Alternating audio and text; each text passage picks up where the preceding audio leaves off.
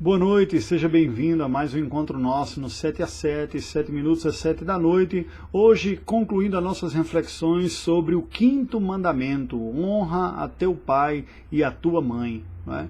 Olha como o breve catecismo de Westminster trata esta questão. Pergunta número 65. Que proíbe o quinto mandamento? Resposta. O quinto mandamento proíbe o negligenciarmos ou fazermos alguma coisa contra a honra e o dever que pertencem a cada um em suas diferentes condições e relações.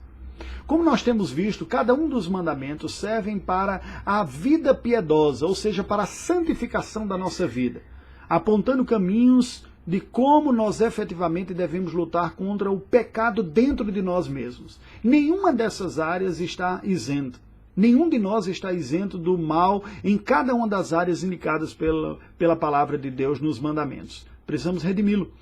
Precisamos redimir cada uma dessas áreas. Precisamos experimentar a redenção, aplicar a redenção conquistada por Cristo em nossa vida, ou para a nossa vida, aplicando em cada uma dessas relações. Bem, por causa da obra redentora de Jesus Cristo, e somente por causa dela, nós podemos experimentar uma renovação e uma santificação das relações humanas.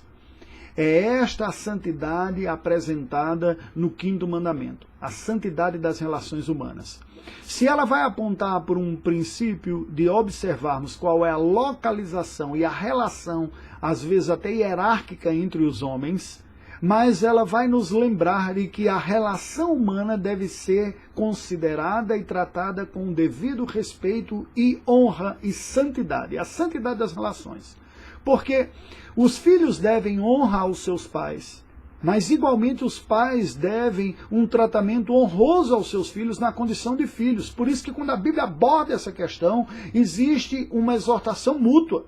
Do mesmo jeito que o apóstolo diz, filhos, honrem os vossos pais, obedeçam os vossos pais no Senhor, pois isso é justo, diz, pais, não provoquei os vossos filhos a ira.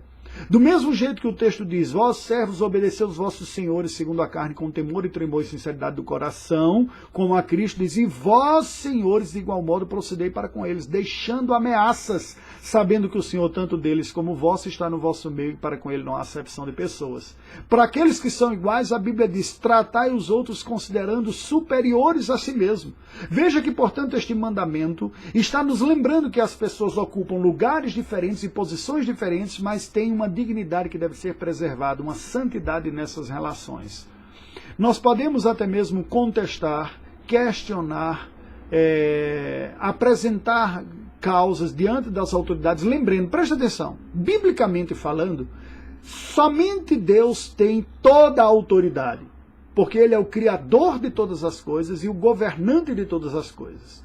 Mas Ele criou uma espécie, a espécie humana, para ser seu vice-gerente. Né? Nós somos como vice-gerentes aqui, gerenciando, ou melhor até dizendo, né? Alguns teólogos preferem vice-regentes. Deus é o rei que governa e nós somos postos como administradores aqui. Isso nos faz lembrar que nenhuma posição de autoridade é absoluta em si mesmo, mas é por delegação divina. A Bíblia diz que toda autoridade é constituída por Deus. Por isso diz, todo homem esteja sujeito às autoridades superiores, Romanos 13:1, porque não há autoridade que não proceda de Deus e as autoridades que existem foram por ele instituídas. Mas diz também em Romanos 12:10, amai-vos cordialmente uns aos outros com amor fraterno, preferindo-os em honra uns aos outros. O que significa dizer que, sendo as pessoas que estão na condição de autoridade, os líderes, ou na condição sob autoridade, os liderados, o relacionamento deve ser honroso, mutuamente honroso. Aquelas pessoas que exercerem funções de autoridade, indo contra a vocação dessas funções, são passíveis de questionamento, são passíveis de confrontação e de ajuste. De alguma maneira, o mundo contemporâneo e ocidental aprendeu esse princípio ao estabelecer governos que são regidos por princípios, por documentos constitucionais.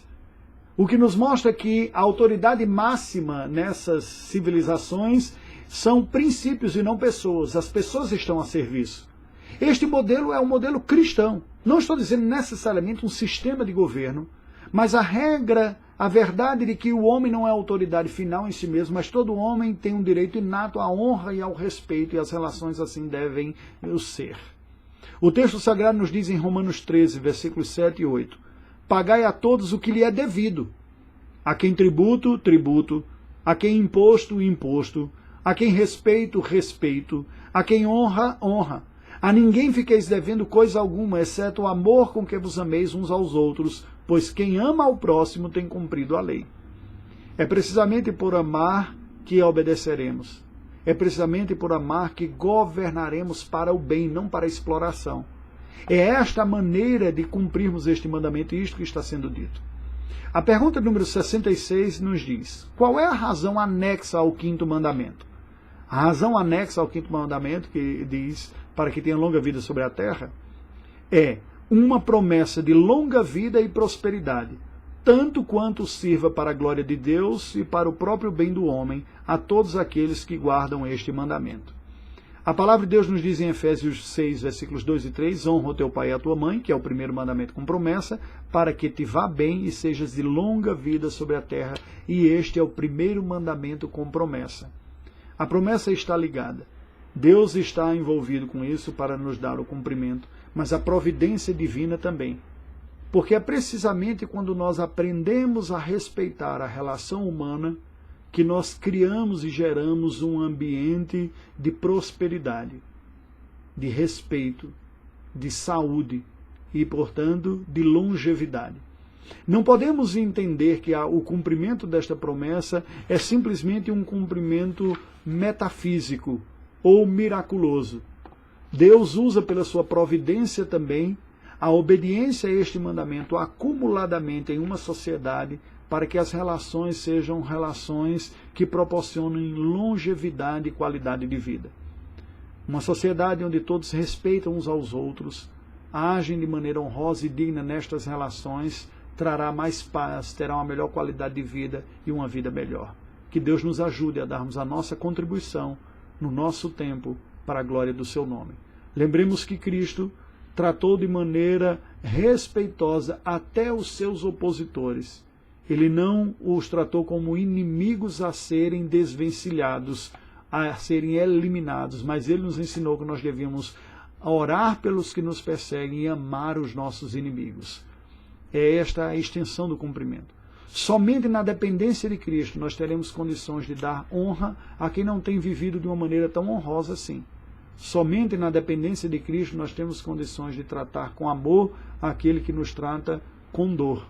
Mas esta é a maneira de expressarmos a santidade de Deus nas relações humanas. Que Deus nos abençoe e nos ajude.